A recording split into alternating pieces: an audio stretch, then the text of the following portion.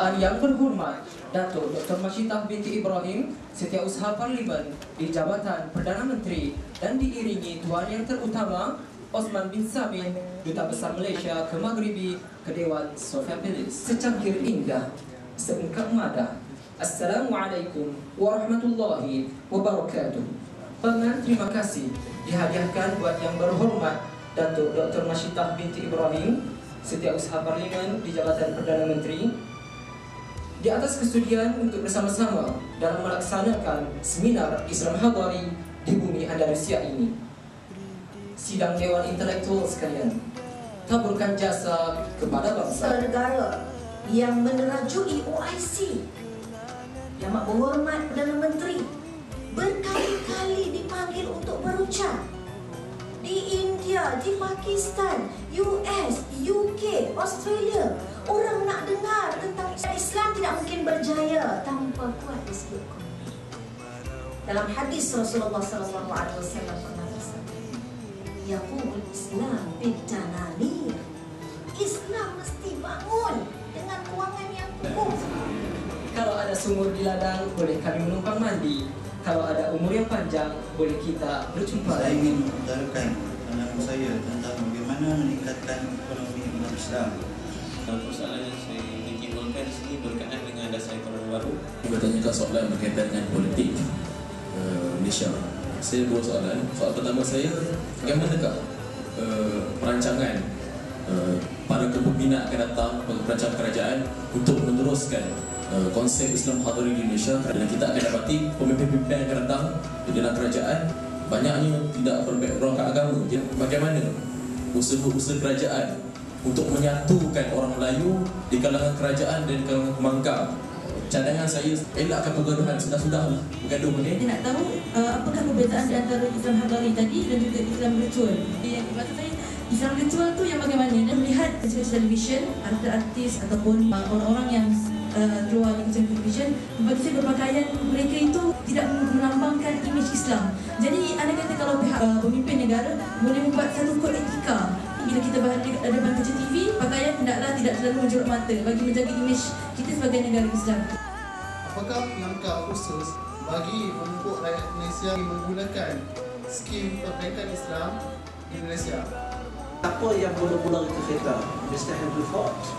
Siapa yang jual kereta? Toyota, Mitsubishi dan Honda. Siapa yang mula buat motosikal? Prime, Norton, AGS, DSE. Siapa yang jual motosikal kalau bukan Honda, Kawasaki dan Yamaha? Siapa yang buat mesin fotokopi kalau bukan mesin Xerox? Siapa yang jual mesin fotokopi kalau bukan mesin Canon? Siapa yang buat kamera kalau bukan mesin Zeiss dan Jerman? Siapa yang jual kamera kalau bukan Yashica dan Patek? Tengok orang pun dia tahu nak. Ilmu dengan love story bukan hanya dibukukan, diceritakan, diwayangkan bagaimana psikologi ini. Tetapi mereka yang membina ilmu psikologi inilah seperti Sigmund Freud, Skinner, Pavlov, Carl Rogers, Abraham Maslow. Tetapi mereka menghasilkan satu keluarga di mana isteri tak berhenti menghormati suaminya. Kan pelik ya.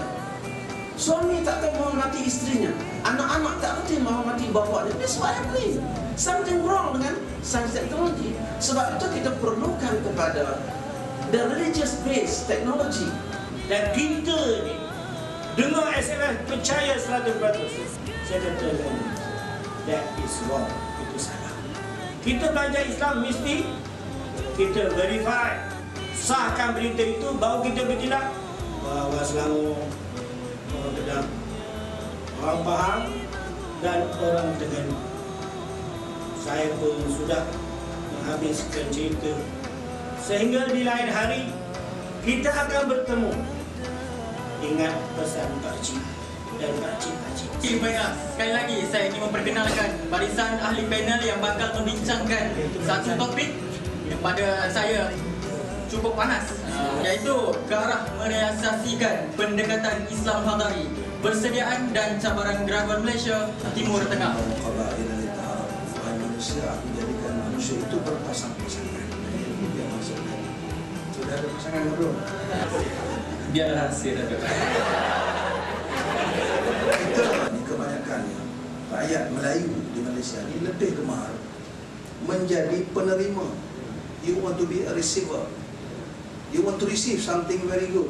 You want to be a recipient. You nak jadi penerima. But soalan yang kita kena tanya diri kita, apa kita buat untuk membolehkan kita terima? What do you do? What have you done? Apa yang telah dibuat?